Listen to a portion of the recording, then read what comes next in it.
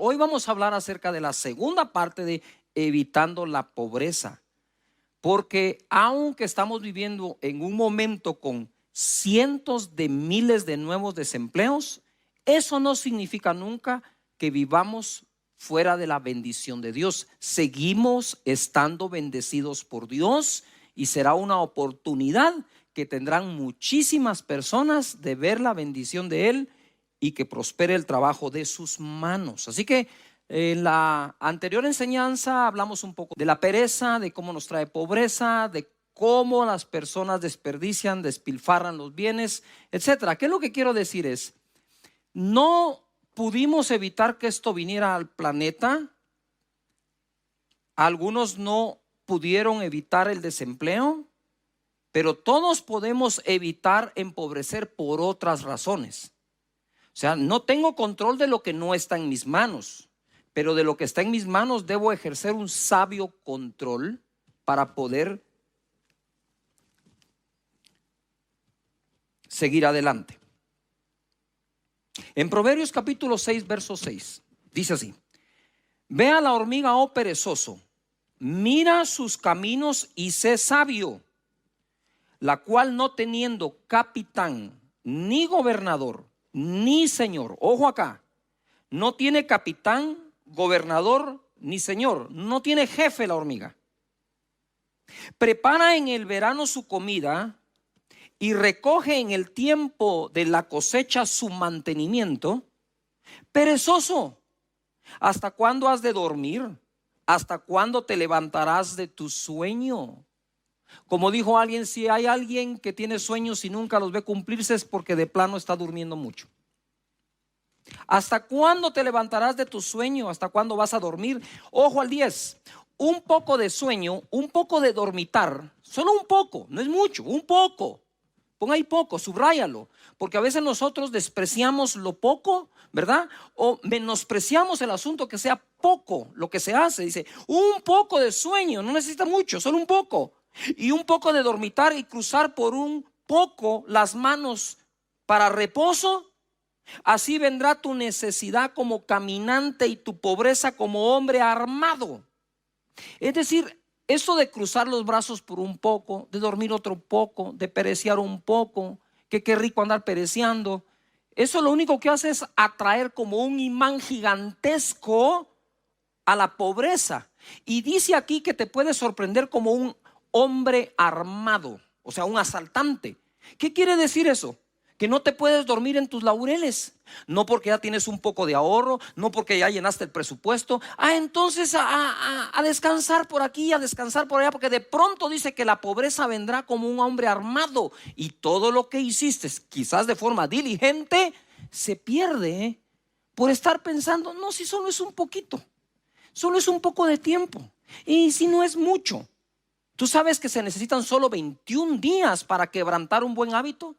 Como también 21 días para reemplazar un hábito o para crear uno nuevo, sea bueno o sea malo.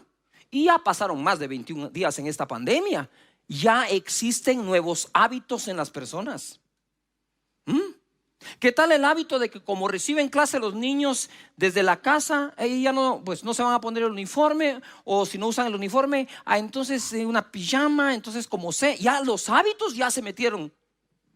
Y nosotros como padres de familia decidimos cuál va a ser el nuevo hábito que nuestra gente va a practicar. ¿Por qué tú crees que hemos hecho todo esto en casa de Dios? Yo le digo a mi equipo, cuidado, nuestra gente regresa con malos hábitos. Tenemos que seguir adelante, que vean que nos estamos esforzando haciendo todo lo que hacemos, los grupos, los encuentros, la academia, las graduaciones, los lanzamientos, todo, las promesas de fe ensancha. Ya empezamos a planear Hechos 29. Sin estar pensando, de pronto en esa época ya nos van a dejar congregarnos presencialmente. Y si no, pues vamos a hacer como que si no, para que no te falte nada a ti. Porque ese es nuestro llamado. Así que ante esto tenemos que aprender algo. No puede ser que una hormiga termine siendo más sabia que los hijos de Dios que tenemos acceso a la mente de Cristo. Es penoso, es vergonzoso levantar las manos a Dios para adorarlo y cruzarlas para no trabajar.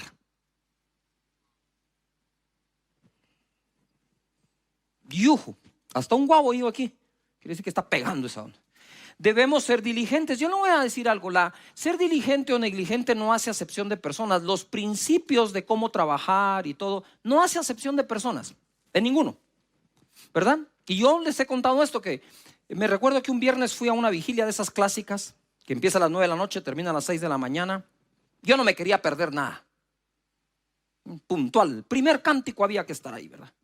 Y aquellas vigilias en que uno salta, danza, se acaban las calorías ya para la medianoche, uno ya está que no sabe ni qué pasó, porque se acabaron las calorías, ¿verdad?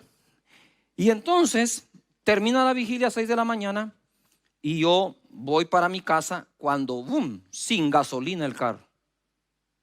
¿Por qué no tenía gasolina el carro? Simplemente porque no seguía el consejo de ser diligente que incluso me dio mi pastor, aunque se lo oí después. Dije, ay, ahí estaba la clave. Él decía, nunca espere que el tanque de gasolina se vacíe. Cuando se gaste un cuarto de tanque, llene el cuarto de tanque, o medio tanque y lo vuelve a llenar. Ah, no, la belleza que iba a hablar hasta en lenguas esa noche, como yo en el Espíritu Santo, decidió que todavía, por la gracia y la misericordia de Dios y los ángeles que me rodean, ese poco de gasolina iba a alcanzar. Pues no alcanzó. Y los ángeles creo que solo me observaron diciendo, la negligencia no hace acepción de personas.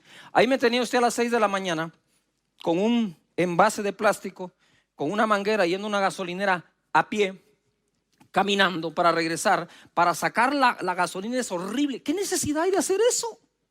Si de todas maneras le tenía que echar gasolina. Pero miren, antes de ir a la gasolinera, reprendí a Satanás, al diablo de escasez de gasolina, a la escasez de combustible. Reprendí, hablé en lenguas, canté, le di vuelta al carro y no arrancó. Porque esos principios no tienen que ver con cuánto reprendas y qué batalla espiritual juegas. Eso tiene que ver con ser diligente o negligente. Proverbios 10:4 dice, la mano negligente empobrece.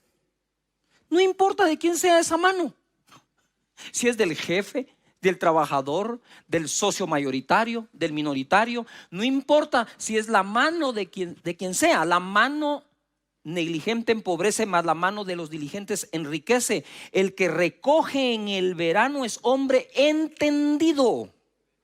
El que duerme en el tiempo de la siega o cosecha es hijo que avergüenza. En otra versión, la traducción al lenguaje actual dice, si no trabajas te quedas pobre, si trabajas te vuelves rico. El que es precavido guarda comida durante el verano, el que duerme durante la cosecha termina en la vergüenza. Wow, eso merece hasta un traguito de té.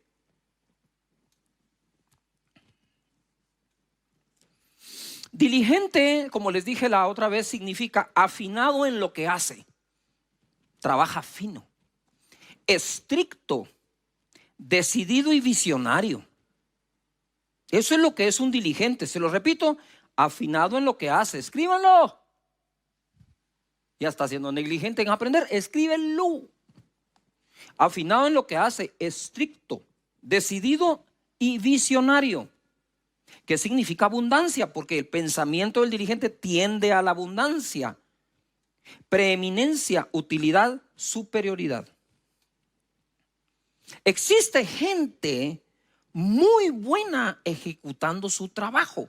Es un buen arquitecto, es un buen médico, un buen odontólogo, es un buen comerciante, vende mucho. Pero al mismo tiempo esa persona es muy mala administrando el fruto de su trabajo. De ahí tenés grandes médicos en quiebra. Grandes arquitectos que les abunda el trabajo, pero nunca les alcanza la plata que ganan. Porque al negligente no hay salario que le aguante. Pero el diligente, todo salario le termina aguantando. Porque dice que el pensamiento del diligente tiende a la abundancia. La pregunta sería aquí, ¿a la abundancia de ingresos? ¿O a que sobreabundancia después de gastos? Yujú. En mi casa decidimos algo desde recién casados con Sonia. vamos a vivir con menos de lo que ganemos sin importar cuánto ganamos. Yujo. Puedes tener fe para traer ingresos a tu vida en esta época, pero vas a necesitar sabiduría para administrarlos. Esto se los dije la semana anterior y se los vuelvo a repetir. Proverbios 13:22 dice: el bueno dejará herederos a los hijos de sus hijos, hasta los nietos, pero la riqueza del pecador está guardada para el justo. 23, en el barbecho de los pobres hay mucho pan, mas se pierde por falta de juicio. Solo lo voy a repasar rápidamente. Barbecho significa terreno o labor que no se siembra por un año o dos para que la tierra descanse o se regenere. Sistema de cultivo que consiste en dejarse sembrar la tierra periódicamente para que se regenere. En ese barbecho, en ese pedazo de tierra que no se cultivaba, los judíos cultivaban la tierra 7 años y uno la dejaban descansar. Siempre había fruto aunque no la cultivaran. Y dice, en el barbecho del pobre hay abundancia de pan. Ahí está. O sea, la tierra aún sin sembrarla, sin cultivarla, daba fruto. Pero ese fruto que daba, sin que nadie trabajara, se perdía por falta de juicio. No estamos en una época en que tú digas, bueno, familia, ya tenemos el presupuesto, ¿verdad? Ya conseguí un nuevo empleo. Bendito Dios, gloria a su nombre. Ya tienes nuevo empleo, perfecto. Ajustado el presupuesto, vamos a bajar gastos, perfecto. Y por ahí hay algún otro negocio que puedes hacer, algo que puedes fabricar. ¿Y qué pasa? No, ya estuvo. No estamos para darnos esos lujos en esta época. Aquí hay que recoger lo que el barbecho da también. No solo la tierra que se cultiva, aquí hay que recoger hasta de la que no se cultiva en esta época o en ese año. ¿Saben que tenemos cosas en común todos? Primero, nos vamos a morir todos. Segundo, no nos llevamos nada. Trabajamos como que nos fuéramos a llevar todo y vivimos como que nunca fuéramos a morir. Es una ironía la vida. Pero hay una tercera cosa en común. La primera, todos moriremos o seremos arrebatados con el Señor, algunos cuando Él venga. La segunda, no nos llevamos nada. La tercera, todos tenemos en común la economía. Necesitamos recursos económicos y estamos unidos por la economía. ¿Qué vistes hoy? ¿Puedes revisar la etiqueta de lo que vistes, dónde fue hecho? Bueno, pues tú estás unido a ese país donde eso fue hecho y produces ingresos a ese país donde fue hecho lo que hoy tienes. Tus tenis, tus jeans, tu camisa, los lentes, todo lo que tengas, la Biblia, tu tableta, tu celular, todo lo que tengas es economía. Y a veces no queremos comprender que en la economía todos estamos unidos, ¿verdad? Mira, esto es una cosa irónica. La gente dice, sí, es que los pastores se quedan con los diezmos. Mentira. Mentira. En la mayoría de las iglesias hay una junta directiva que le pone el salario al pastor y a todos los demás. En el caso de esta iglesia son casi 200 trabajadores que reciben paga. Pero la paga que se le da a la planilla completa es mucho menor que lo que se contrata en servicios. Entonces, somos otra entidad en la economía, ¿verdad? Que de lo que recolecta paga servicios. Hay que pagar la luz, sí. Hay que pagar el agua, sí. Hay que pagar la tierra, sí. Hay que pagar limpieza, sí. Hay que pagar muchísimos. Hay que pagar el uso de datos también. Hay que comprar todas estas cámaras y todo el equipo que se usa para bendecirte, también hay que pagarlo. Entonces, si te das cuenta, los diezmos y las ofrendas que llegan a una iglesia siguen su curso de regreso a la sociedad. Y gente que ni siquiera se congrega recibe el beneficio de eso también. ¿Qué es lo que quiero decir? Es que la economía une a todos. Hay gente que cobra servicios en las congregaciones que ni siquiera es creyente, no va a la iglesia, pero sale bendecido también, porque eso es una economía. Estamos unidos por la economía todos. Entonces lo que quiero decirte acá es, si la economía es algo que tira los lazos y une a todos los segmentos, debemos ser todos los segmentos sabios en el uso de los recursos económicos. Dios Padre bendice a cada persona que nos ves con sabiduría para el uso de sus recursos económicos en todo lo que hacen para la honra y la gloria tuya. Amén. Cuando construimos este lugar eran más de 1,200 trabajadores en albañilería que recibieron su paga puntual cada 2 semanas. No derroches, tesoro precioso y aceite hay en la casa del sabio. Estoy leyendo Proverbios 21:20. Lo leo de nuevo. Tesoro precioso y aceite hay en la casa del sabio, mas el hombre insensato todo lo disipa. El que sigue la justicia y la misericordia hallará la vida, la justicia y la honra. Este es el caso del hombre pródigo. Pastor, ¿por qué no dice hijo pródigo? Porque es que pródigos hay un montón, papás, hijos, tíos, sobrinos y de todo. Entonces hablemos mejor del hombre pródigo. Pródigo significa el que desperdicia. La palabra pródigo, como lo he enseñado varias veces, no aparece en la Biblia, sino que es un título que le pusieron a la parábola, ¿verdad? Y el que sí sabía qué significa pródigo, le puso ese nombre, la parábola del hijo pródigo. Hablemos de los hombres pródigos, de los seres humanos pródigos.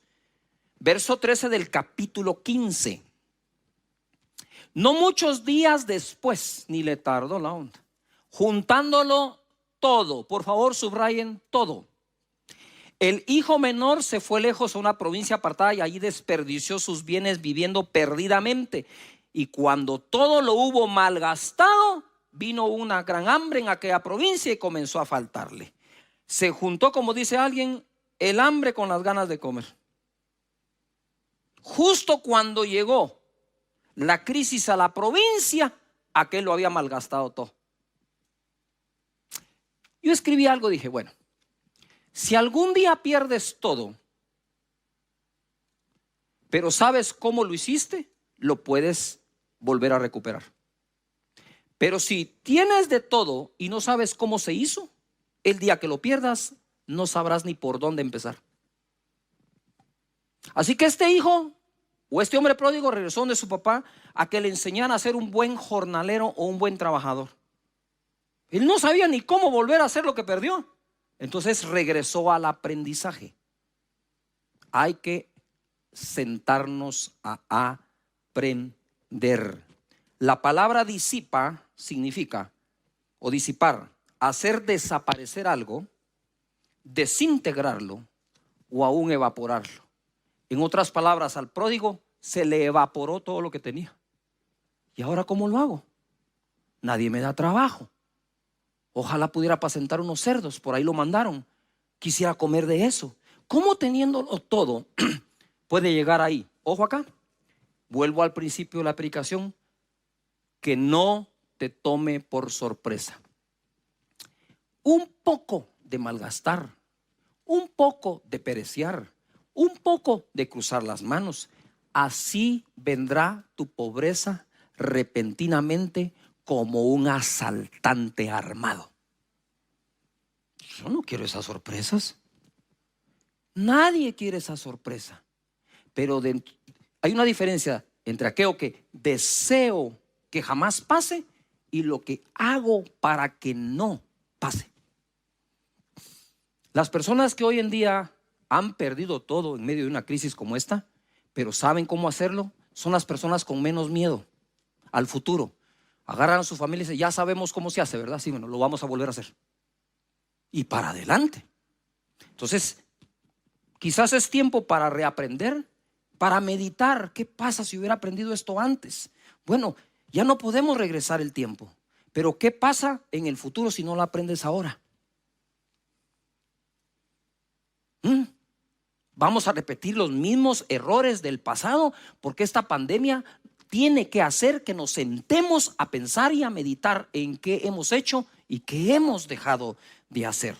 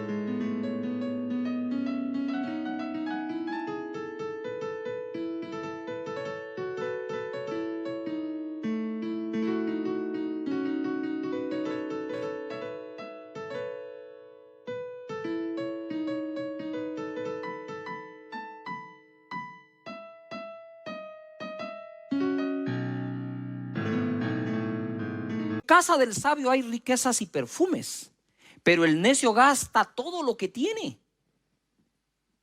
El que busca ser recto y leal encuentra vida y honor. Y ahora voy a la traducción al lenguaje actual. En casa del sabio hay riquezas y perfumes, en casa del tonto solo hay desperdicios. Y escribí acá: este hombre pródigo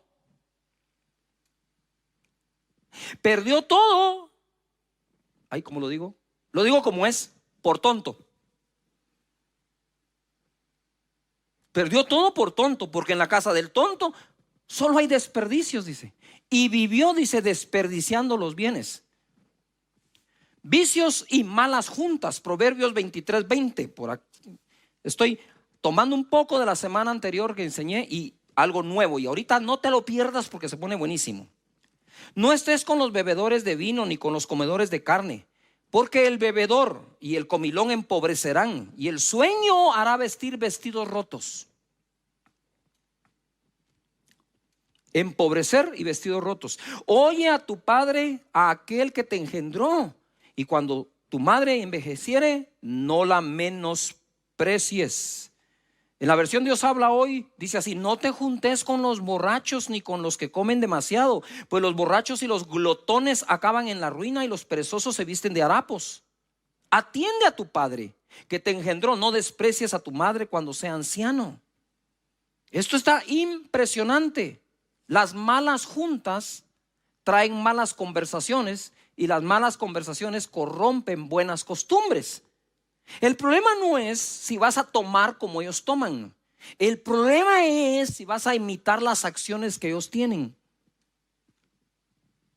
Porque podrías decir: no, yo no bebo. No bebes, pero quizás vas a imitar acciones de una persona que está haciendo eso. Hay que cuidar las amistades. Y jóvenes, lo que te voy a decir posiblemente te va a caer muy mal, pero cuando tus padres te digan: con esa persona no deberías juntarte, escúchalos. A los 11 años de edad, tu servidor probó la marihuana. Sí, lo que oís. 11 años de edad, en quinto primaria, yo cargaba en el calcetín los puros de marihuana. 11 años, ¿vos te imaginas eso? ¿Cómo la probé? Un amigo me la obsequió. Tengo amigos que han muerto debido al alcoholismo y que un amigo le sirvió su primer trago. Los amigos que por alguna razón tienen la probabilidad de darte algo malo, manténlos de lejos. Y mantendrás de lejos ese tipo de cosas. Ahora bien, debemos adquirir sabiduría e inteligencia. Y ahora es que esto se pone buenísimo. Proverbios 4:7 dice: sabiduría ante todo. Adquiere sabiduría, y sobre todas tus posesiones adquiere inteligencia. Tienes que subrayar ahí.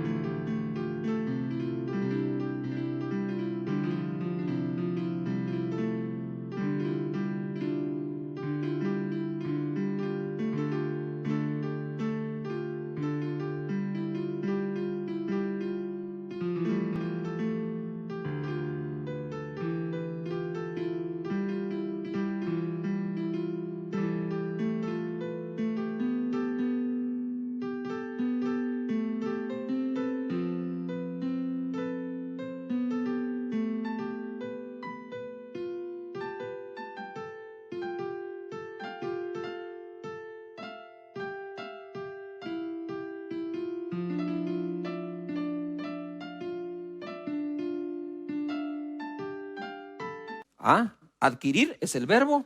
Posesiones, sobre ellas tienes que tener sabiduría e inteligencia. Pon sabiduría, inteligencia por encima de los bienes, debo adquirir. Engrandécela y ella te engrandecerá. Ella te honrará cuando tú la hayas abrazado. Adorno de gracia dará a tu cabeza, corona de hermosura te entregará. Sabiduría adquiere, y sobre todas tus posesiones, inteligencia. Engrandece la sabiduría y la inteligencia. Quiero contarles algo. Hace muchísimos años, yo todavía no recuerdo si estaba soltero o recién casado. Pero vino un predicador mexicano buenísimo, buenísimo, buenísimo. Me impactó. Me recuerdo su mensaje, la anatomía de un milagro. No se me olvida. Y casualmente a mí me asignaron si yo podía atenderlo. Con mucho gusto. ¿Qué es lo que usted desea comer? Me dijo, a mí me gusta la comida china. Fui y lo llevé al mejor restaurante que yo podía pagar de comida china. Después de eso le dije, ¿hay algo más que usted desea hacer? 2 cosas, me dijo. Necesito ir a comprar refacciones o repuestos para un automóvil de tal marca. Yo lo llevé.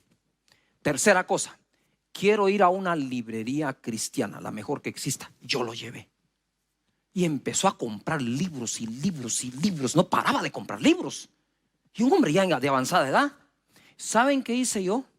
Bueno, se me quedó viendo, él me dijo, joven, me dijo, Cash, sí, adquiera conocimiento, porque el conocimiento nadie se lo roba, me dijo. Los bienes sí. ¿Saben qué hice yo? Libro que él compraba, libro que compraba yo. Ni siquiera pregunté de qué era. Yo dije, si este hombre tan sabio compra ese libro, yo lo compro sin preguntar. Perdón, tal vez para algunos de ustedes dice que bobada, no importa, a mí me resultó. ¿Sí? Y entre ellos todavía lo guardo. Se los quería enseñar hoy. Hasta mi bosquejo encontré aquí adentro. Mira, diccionario ilustrado de la Biblia. Ahí tengo otro montón, pero no podía traer todos. Quiero contarles esto. Usted sabe, lo quieren ver otra vez, ahí está. ¿Ya vieron cómo usé? ¿Ustedes saben cuánto gasté en libros yo ese día? Más que mi salario entero de un mes. Después dije, oh cielos, ¿y ahora quién podrá defenderme? Y el Chapulín Colorado no apareció por ningún lado. Pero no me arrepiento de haber hecho. Él me enseñó algo muy importante. Si es necesario, paga por adquirir la sabiduría. Porque la riqueza más grande no es el dinero que tienes o los bienes, es la sabiduría con que las haces o los haces. La gente no ha entendido cuál es la verdadera riqueza. La verdadera riqueza es la sabiduría, la inteligencia, el temor de Dios. No los bienes. Los bienes envejecen, se oxidan.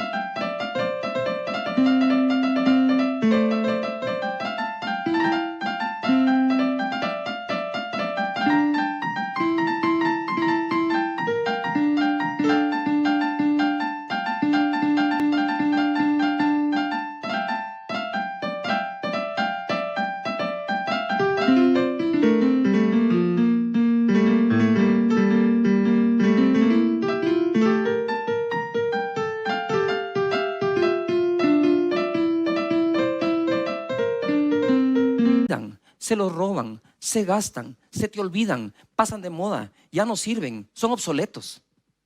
Pero la sabiduría jamás. Así que aprendí mucho de eso. En Proverbios 3:13 dice, bienaventurado el hombre que haya sabiduría y que obtiene la inteligencia, porque su ganancia es mejor que la ganancia de la plata, y sus frutos más que el oro fino. Más preciosa es que las piedras preciosas, y todo lo que puedes desear no se puede comparar a ella, a la sabiduría. Haz las cosas como Dios las hace. Mira, dice que Él con la sabiduría fundó la tierra y con la inteligencia afirmó los cielos. Proverbios 24:3-4 en la versión Dios habla hoy. Con sabiduría se construye la casa. Uy, como que fueras hijo de Dios, ¿no? Y con inteligencia se ponen sus cimientos. Con conocimientos se llenan sus cuartos de objetos valiosos y de buen gusto. ¡Wow! Si Dios usó la sabiduría para fundar la tierra y para afirmar los cielos, luego dice que nosotros, nos enseña que nosotros debemos usar la misma sabiduría para construir la casa y la inteligencia para firmarla y el conocimiento para llenarla de todas las cosas que tanto te gustan. Pero nosotros tenemos gustos, ¿verdad? A mí me gustaría este mueble, a mí me gustaría este televisor, a mí me gustaría este comedor. Sí, la inteligencia y la sabiduría, ¿dónde está? La estás adquiriendo, porque dice que es así como se hace. Trabajo primero, casa después. Proverbios 24:27. Prepara tus labores fuera y disponlas en tus campos, y después edificarás tu casa. La gente primero hace la casa y después anda buscando sabiduría para pagarla. Primero la sabiduría, después la casa. Primero el trabajo, el negocio. Ahí es donde primero se invierte y luego lo demás. Palabra de Dios para todos se lee así: antes de construir tu casa, asegúrate de tener preparados tus cultivos y ordenadas tus labores. En la versión Dios habla hoy dice: arregla tus negocios en la calle y realiza tus tareas en el campo, y luego podrás construir tu casa. Proverbios 19:14 dice: la casa y la riqueza son herencia de los padres, mas de Jehová la mujer prudente. ¿Cuánta gente ora porque Dios le envíe su pareja a sus hijos? Creen la segunda parte del verso, mas no la primera. De Jehová es heredarle una buena mujer a tu hijo, créelo. Pero de los padres es llegar a heredarles la casa y los bienes. Pero no podemos heredar bienes si no educamos a quien nos va a heredar, porque Salomón decía: será vanidad y mucho dolor que el que venga después de mí no sea sabio para hacer las cosas. Por eso esa sabiduría para la economía se toma en el hogar. Es importante que lo hagamos. Pero te agrego una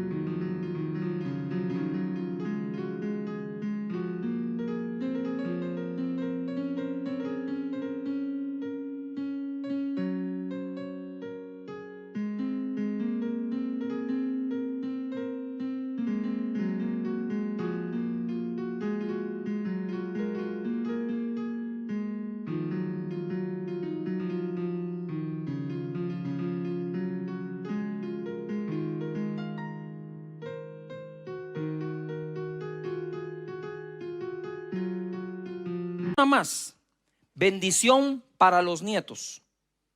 Proverbios 13:22 dice: el bueno dejará herederos a los hijos de sus hijos.